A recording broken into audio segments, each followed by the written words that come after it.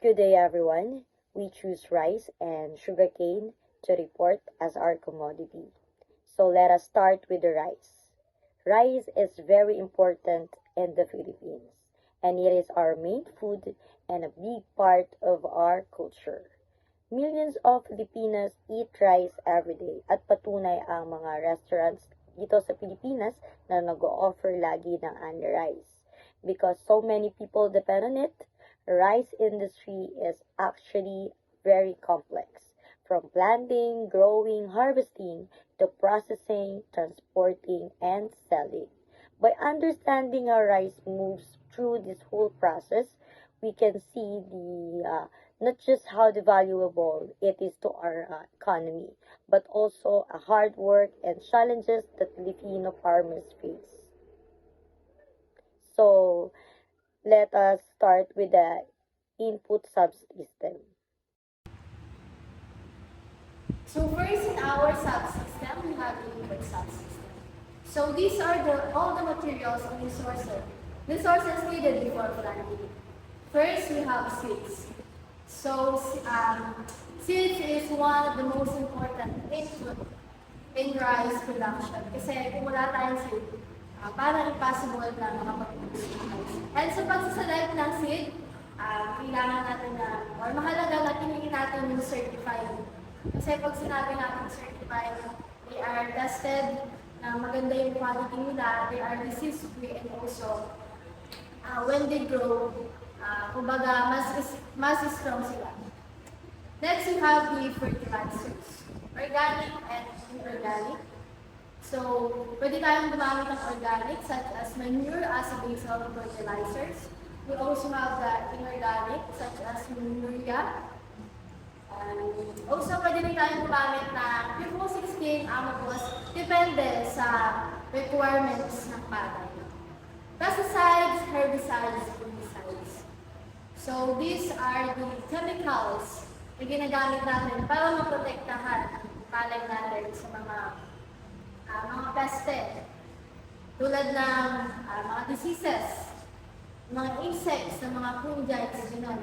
And also sa weeds. Kasi alam naman natin na yung weeds is pwede silang maging alternate host ng palay. And also nakikipag-compete din sila sa sunlight, sa space, sa nutrients, at sa water. Also, next we have the water or irrigation source. So, sa water, mahalaga yun sa palay kasi ang palay, alam naman natin na they are high water demanding crops. So, although may mga palay pa rin na, kumbaga, drought tolerant, it doesn't mean na hindi nila kailangan ng water. They only need less water pero need pa rin nila ng water to survive. We also have the farm tools and machineries. Farm tools para sa agriculture and machineries such as plow, harrow, tractor, and transplanter para mapabilis natin yung operation sa farm. Ginagamit natin yan sa land preparation, sa pag-transplant ng palay natin, and also during harvesting. Next, we have labor or free farm workers. So, nowadays, kumbaga, parang kumukonti na yung mga farm workers natin dahil sa mga makabagong teknolohiya. Pero it doesn't mean na hindi natin sila kailangan. Kailangan pa rin natin sila para may mag-operate yung mga machineries natin. Next is land and soil. So, ito, isa rin ito sa pinakamahalaga input subsystem natin. Dahil sila yung magiging site for production natin. Yung land na may fertile and productive soil. Next is yung fuel for machinery. Siyempre, gagamitin natin yan to power yung mga makinarya natin sa buhay. Seedling trays or sacks. So, dito muna natin itatanim yung seedlings and then pagkatapos, itatransplant natin. Last is the capital or the fertilizer. Capital is mahalaga para makapagsimula tayo ng rice production. Ginagamit natin yan para makapili tayo ng mga inputs tulad na ng seeds, fertilizer, pesticides, and also yung ibang mga tools sa farm natin. And para din mas maging smooth and productive yung farm natin and maging continuous. Kasi habang meron tayong puhunan, magpapatuloy tayo sa pagtatanim. These production subsystems in rice production includes all the activities from land preparation to initial drying of rice. The first is the land preparation, wherein it includes the plowing, harrowing, and leveling of the soil. It is important to improve soil structure, control weeds, and proper water management. Usually, ginagamitan po ito ng mga machineries like hand tractor and rotavator to pulverize and to break the soil structure. The next is seed selection and seedbed preparation, kung saan namimili tayo ng mga good qualities of seeds for rice productions to reduce crop failure. And then seedbed ay naghahanda tayo ng mga pagpupunlaan ng mga seeds. Then planting, direct planting, and transplanting, kung saan sa transplanting ay ito yung mano-manong paglilipat ng mga tanim sa pagtataniman. And then the direct planting, ito yung pagsasabog tanim na ating tinatawag. Then fertilizer applications, importante ang pag-a-apply ng enough na nutrients sa palay upang maging maganda ang quality nito at ma-maximize ang yield. Then pest and disease control, ito ay importante rin pagdating sa pagtatanim ng palay para maiwasan ang pagkalugi at pagkasira nito. May mga paraan na maaari natin gawin upang mabawasan ang pagkasira ng pananim. Ito ay ang IPM or Integrated Pest Management. At meron itong mga practices na maaaring gawin. Ito ay ang biological and cultural control upang ma-reduce natin ang paggamit ng chemical. Then weeding, maaaring chemical or manual removal to avoid the competition in nutrients.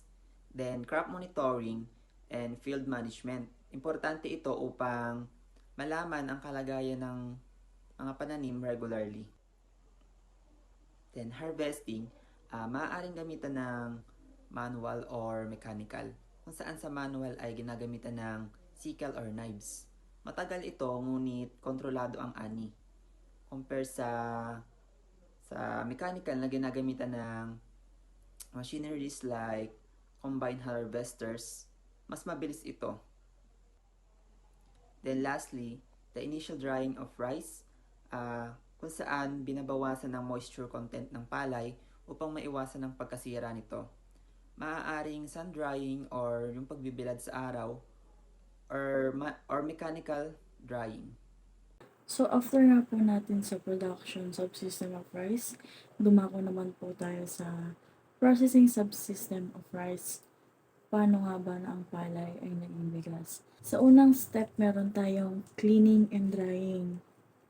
Sa step na ito, tinatanggal natin yung mga dumi, maliliit na bato, at yung mga hindi kailangan. Pagkatapos natin siyang linisin, papatuyuin natin siya para bumaba yung kanyang moisture. Pangalawa, storage of dried palay.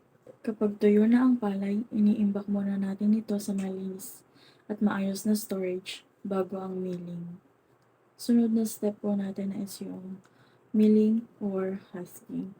Gumagamit sila dito ng milling machine para matanggal yung hull or yung ipa ng palay. Pang-apat, meron tayong polishing. So, this is optional at ito yung kadalasang ginagawa sa white rice. So, dito, sa polishing, tinatanggal natin yung bran layer ng rice para maging white rice. Itong white rice, ito yung mga kadalasan natin binibili sa market, yung mga kadalasan kinakain natin. So, dahil nga tinatanggal yung bran, nababawasan din yung nutrients nito. Panglima, meron tayong sorting or grading. Dito sa step na to, hinihiwalay natin yung bigas base sa kanilang quality. Just for example, base sa kanilang size, hinihiwalay natin yung medyo malaki, maliit, and hinihiwalay din natin base sa kanilang kulay. Pang-anim, meron tayong packaging. After nating masort, of course, kailangan na natin siyang ilagay sa kanyang lalagyanan, sa sako or kaya sa plastic, para ready na siyang i-transport or kaya ibenta sa market. Lastly, we have byproducts from milling. Unang-una, meron tayong rice hull. Usually, ginagamit ito for fertilizer or kaya pinanggagatong. Pangalawa, meron tayong bran. Ginagamit siya for animal feeds or di kaya ginagamit siya pang extract ng rice bran oil. Here's an example of a processed product, rice flour. Number 1. Clean and dry rice grains. Rice grains are cleaned and dried to prepare them for milling. Number 2. Mill into fine powder. The dried rice is milled into a fine powder. Number 3. Sieve for uniform size. The rice flour is sieved to ensure a uniform particle size. Number 4. Pack and store. The sieved rice flour is packed and stored for later use. Possible problems in processing. So number 1, let's start with storage. So, syempre, dapat yung storage, pag hindi maganda yung pagkakastore mo sa bigas, pwedeng magkaroon ng contamination or infestations. In this case, yung pest na tinatawag natin bukbok. And, syempre, yung rice kasi, nag-absorb siya ng moisture. So, pag nag-absorb siya ng moisture, possible perfect environment for mold ay high moisture and warm. So, pwedeng magkaroon siya ng amag. Then, milling machine breakdown. Like, hindi magaganda yung pagka-calibrate or upkeep ng machineries. Pwedeng mag-breakdown ang machines. So, considering all of that, pwede tayo magkaroon ng quality control issues. So, syempre, pag sinabi ko sa machines, pag hindi maganda yung pagka-calibrate, possible na it's either mag-undermill, mag-overmill, or yung mga grains ng rice ay mabiyak or mag-break into di magandang shape. So, syempre, ang perception ng karamihan yan sa mga consumer ay hindi maganda yung quality. So, nakaka-apekto din yun sa profit ng mga farmers.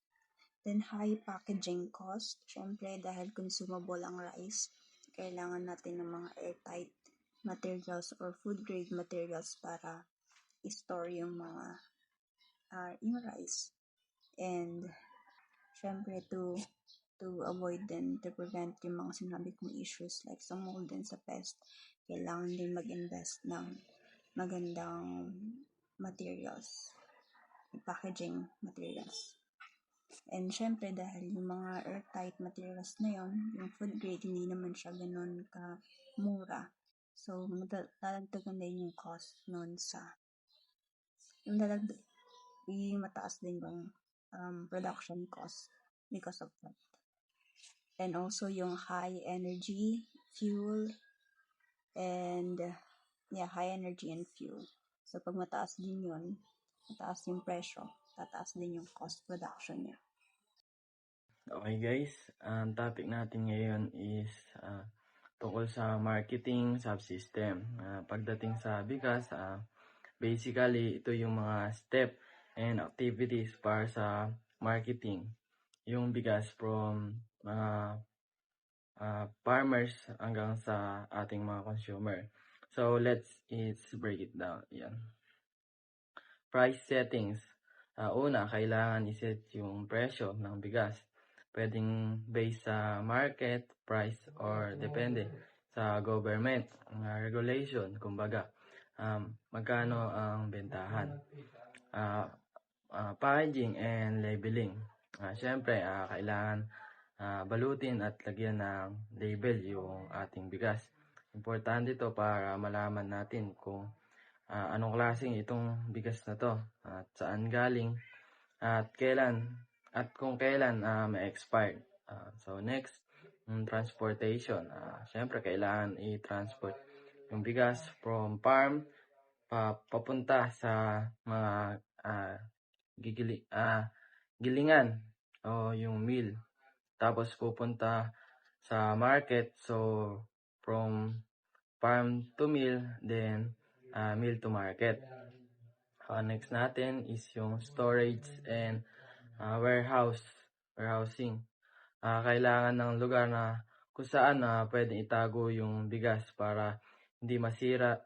At ito yung mga bodega or storage facilities. Next, distribution channels. Ito yung daan na dinadaanan ng bigas.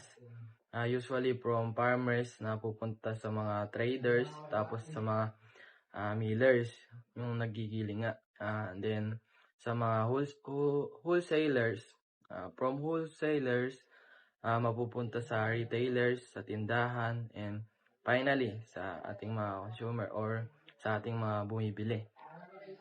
Next natin is promotion. Kailangan i-promote yung bigas. This includes quality assurance, branding, yung paglalagay ng brand name, and organic rice labeling kung organic ba yung bigas natin. Next natin, selling. Ito yung pagbebenta ng bigas sa iba't ibang lugar like public, markets, supermarkets, online platforms, at pati na rin sa NFA, yung National Food Authority. So next natin is market research. Kailangan alamin kung ano ba yung gusto ng mga consumer. Ano ba yung mga preference nila, yung ano ang mga demand at supply ng bigas sa market. And next, compliance with government regulation. Siyempre, kailangan sumunod sa mga rules and regulation ng government regarding sa pagbebenta at pag-market ng bigas. Good day, Ma'am Jessica. My name is Isaiah Cesar Serrano, and I'm here to report about the support subsystem of rice production. And to give a brief explanation about what support subsystem is, it is basically a wide array ng mga bagay na nakakatulong sa ating agribusiness. Those are the services and resources that helps the entire supply chain to function well. And for the first support subsystem for rice production, we have here the research and development, where we can develop new rice varieties na mas makakatulong sa farmers natin to produce more yield and also more adaptable plants na specific dun sa environment nila. The second one is the extension services. Dito naman po yung mga trainings and seminars, mga technical assistance na pinoprovide ng ating government para mas ma-educate yung mga farmers natin on right practices pagdating sa agriculture. The third one is the financial support, which are the loans, the grants, the subsidies na binibigay din ng ating government or ng mga bangko. And this is very important dahil yung mga farmers po natin, alam naman po natin na yung iba sa kanila ay true loan lang din or pangutang lang na kukuha yung puhunan nila pagdating sa rice farming. And for the next one, we have here technology access, specifically mechanization. And we all know na mas napapabilis ng mechanization yung production natin compared to the traditional production system. So by providing mechanization, for example, yung mga transplanter, mga dryers, and etc., mas napapabilis at napapadali natin yung trabaho ng mga magsasaka natin. And also, next one is infrastructure. Ito, kakabit siya ng technology access, ng mechanization, dahil dito din po papasok yung mga kailangan din ng farmers natin, which is irrigation. Yung mga irrigation system, mga farm-to-market roads, and mga drying facilities na alam naman natin very important para sa rice production. And next one is government policies. Ito po yung mga polisiya na nakakatulong din para sa ating mga magsasaka para naman yung mga inani nila ay mabenta nila sa presyo na makikinabang din sila or kikita din sila. So dito yung mga price stabilization, mga price ceiling, price floor na pinoprotektahan yung mga farmers natin at hindi lang mga farmers kundi yung mga consumers natin. And for the next support subsystem, we have here the cooperatives and organizations. So kapag yung farmer natin ay kaanib ng mga kooperatiba, mga organisasyon, ay mas napapadali yung pagbebenta ng mga ani nila dahil nagkakaroon ng collective marketing. For the next support subsystem, we have here insurance or crop insurance. So this is very important para sa ating mga farmers dahil we cannot deny na sometimes farming is like gambling. Hindi mo alam kung kailan ka kikita, kung kailan ka mawawalan ng saka. So, crop insurance is very important dahil dito po mababawi man lang ng mga magsasaka yung kanilang pinuhunan kung sakaling masira yung mga pananim nila. And second to the last is education and training. So kakabit din po ito ng mga extension services. So dito, ini-inform yung mga magsasaka pagdating sa good agricultural practices and kung paano nila i-handle yung mga ani nila after ng harvesting. And lastly, we have digital platforms where market information and weather update apps are included. So by using these platforms, mas nalalaman po ng farmer kung kailan mas magandang ibenta yung mga ani nila and also kailan dapat gawin yung mga specific production activities. For example, pagtatanim, paglalagay ng fertilizer, para naman hindi masayang yung effort ng mga farmers natin. And those are all the support subsystem ng rice production. And I believe na kung lahat ng ito ay may apply or maibibigay sa mga farmer, mas may improve talaga natin yung rice production here in the Philippines. So let us proceed to the sugarcane. Sugarcane is super important in the Philippines and it is not just about used to make sugar. Hindi lang naman to asukal but also to get ethanol from it, which is used as a fuel. It gives jobs to many people in rural areas. So when we look at the sugarcane supply chain, we see how everything is connected, from buying seeds and fertilizers to planting, harvesting, processing in sugar mills, and finally selling their products. Each step affects farmers' income, success of the sugar industry, and even our country food supply. So understanding this subsystem help us to see how sugarcane supports both local communities and national needs. So without further ado, let us start with the input subsystem. So first in our subsystem, we have the input subsystem. So these are all the materials and resources needed before planting. First, we have seeds. So seeds is one of the most important input in rice production. Kasi kung wala tayong seed, parang impossible na makapag-produce ng rice. And sa pagsaselect ng seed, kailangan natin na, or mahalaga na pinili natin yung certified.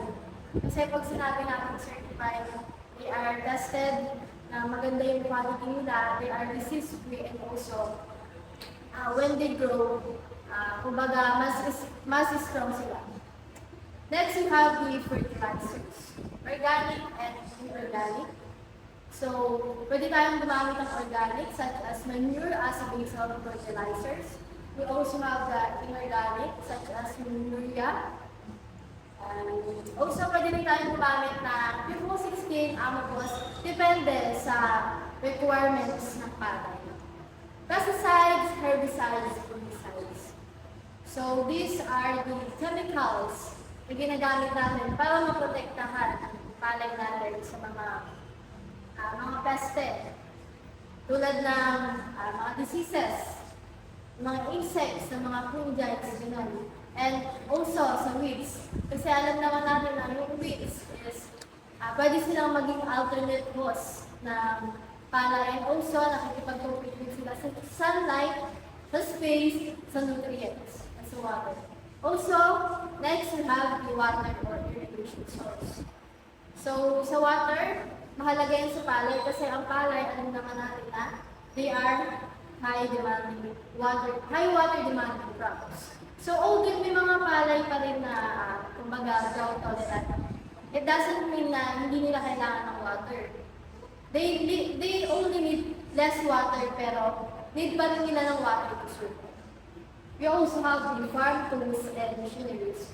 Farm tools para sa pagpapalibor at machineries such as plow, harrow, tractor, and transplanter para mapabilis natin yung, operation sa farm. Ginagamit natin yan sa land preparation, sa pag-transplant ng palay natin, and also during harvest season.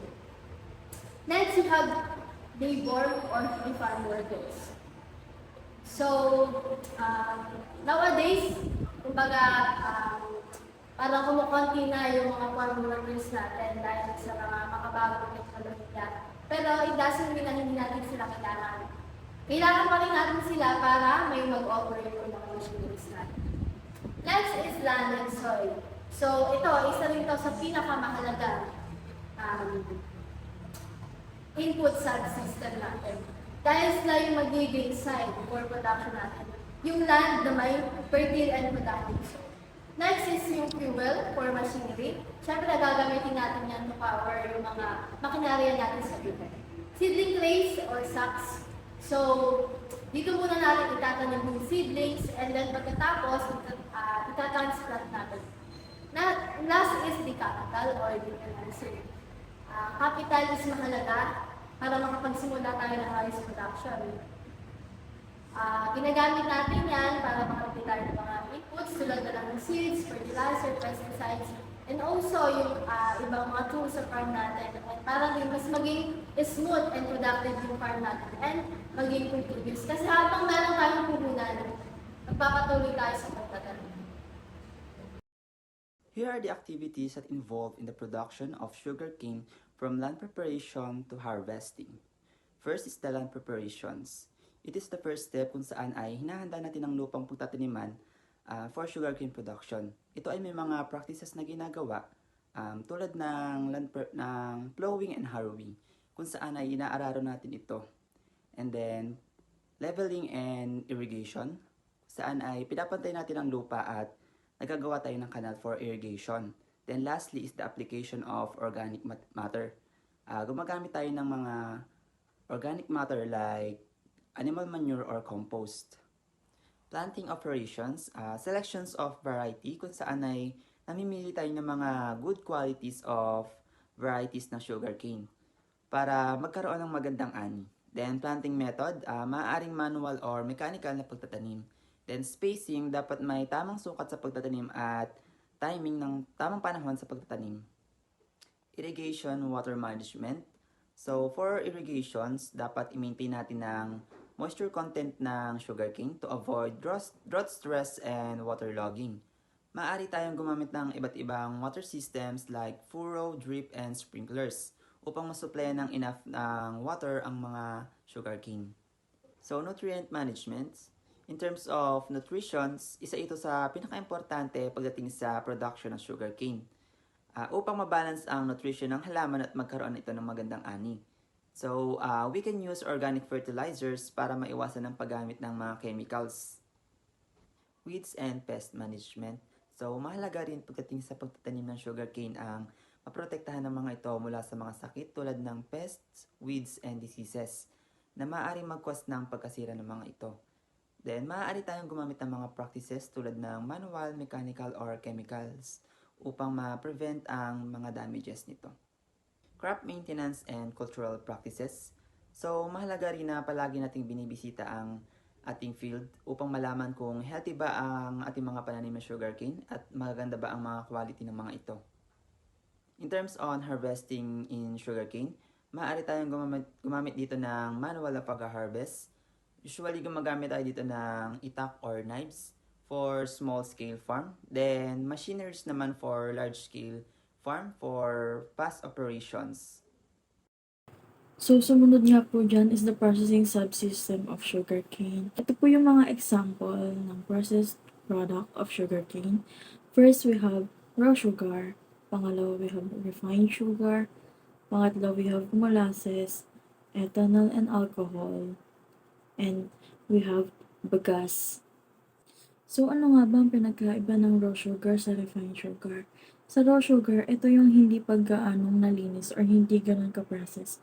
While sa refined sugar, ito yung dumaan sa kumpletong proseso or kumpletong paglilinis or pagsala para maging puro or para maging puting-puti ito. So next is the molasses. Galing din siya sa sugar cane. Ito yung malapot na syrup.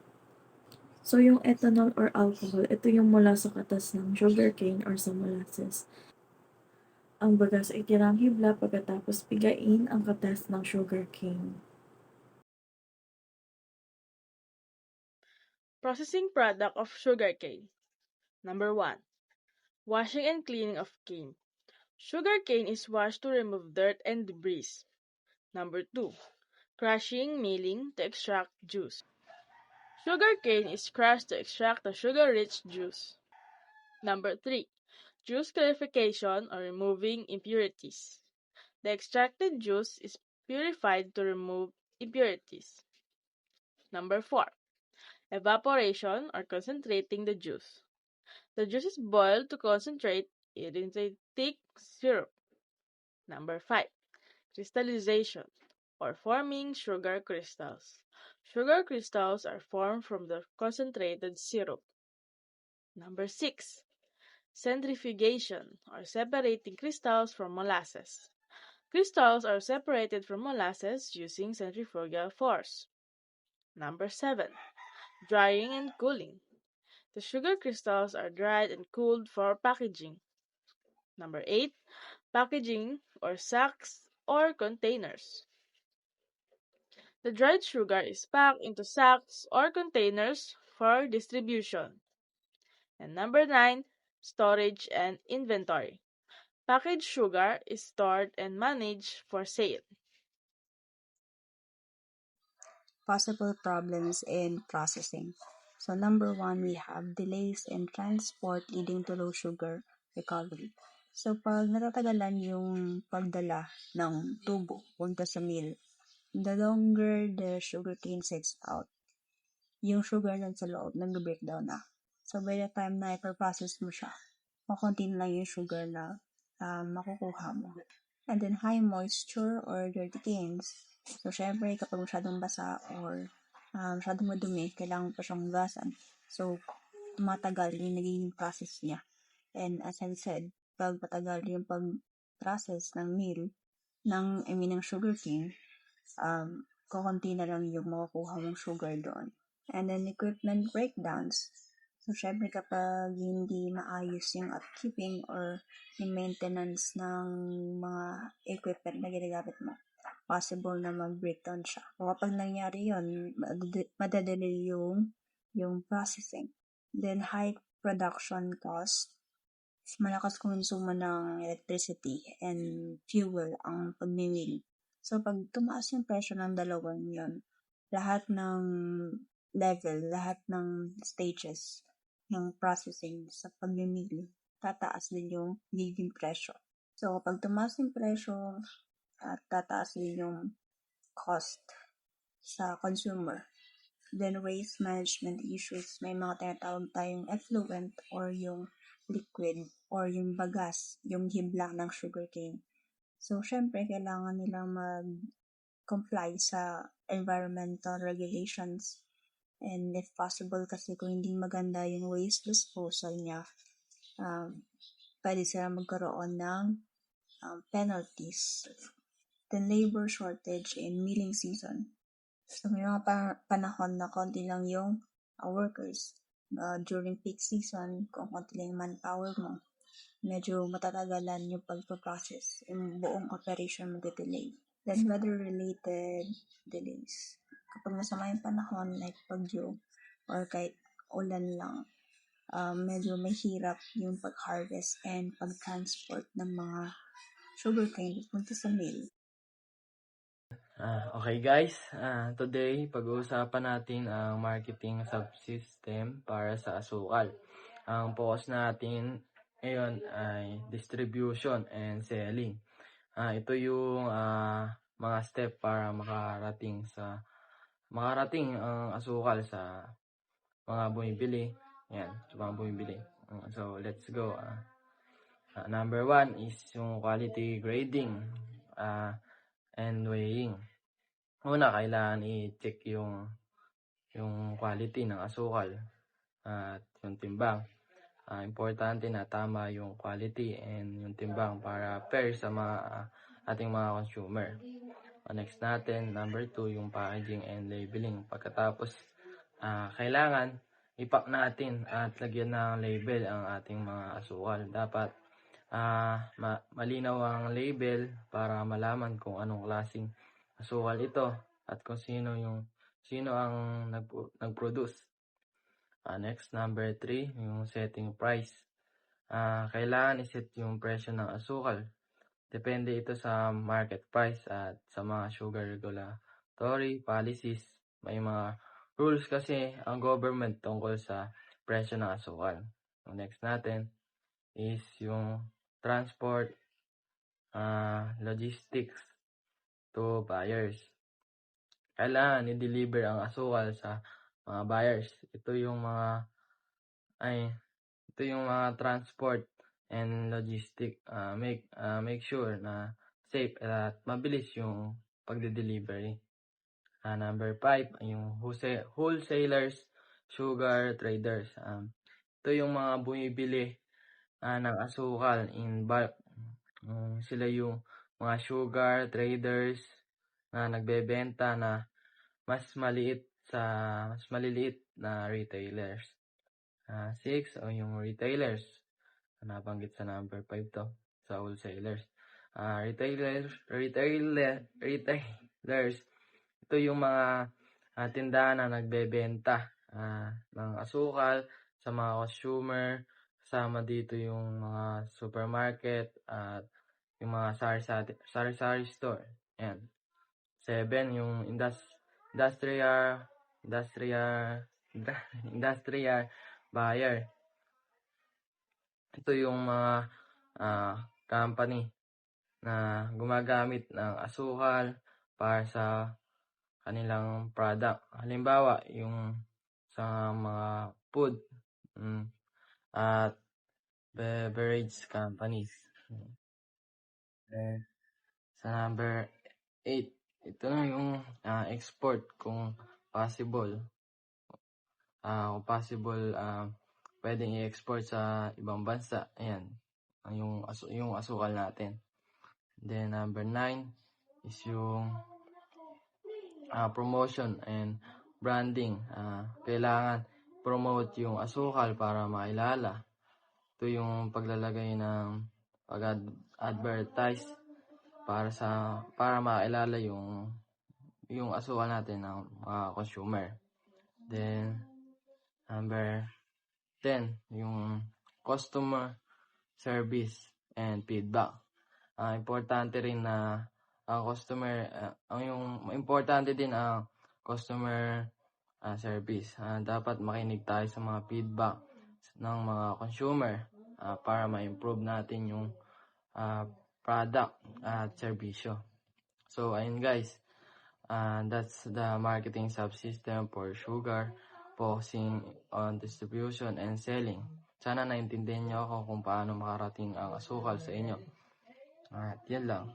Thank you.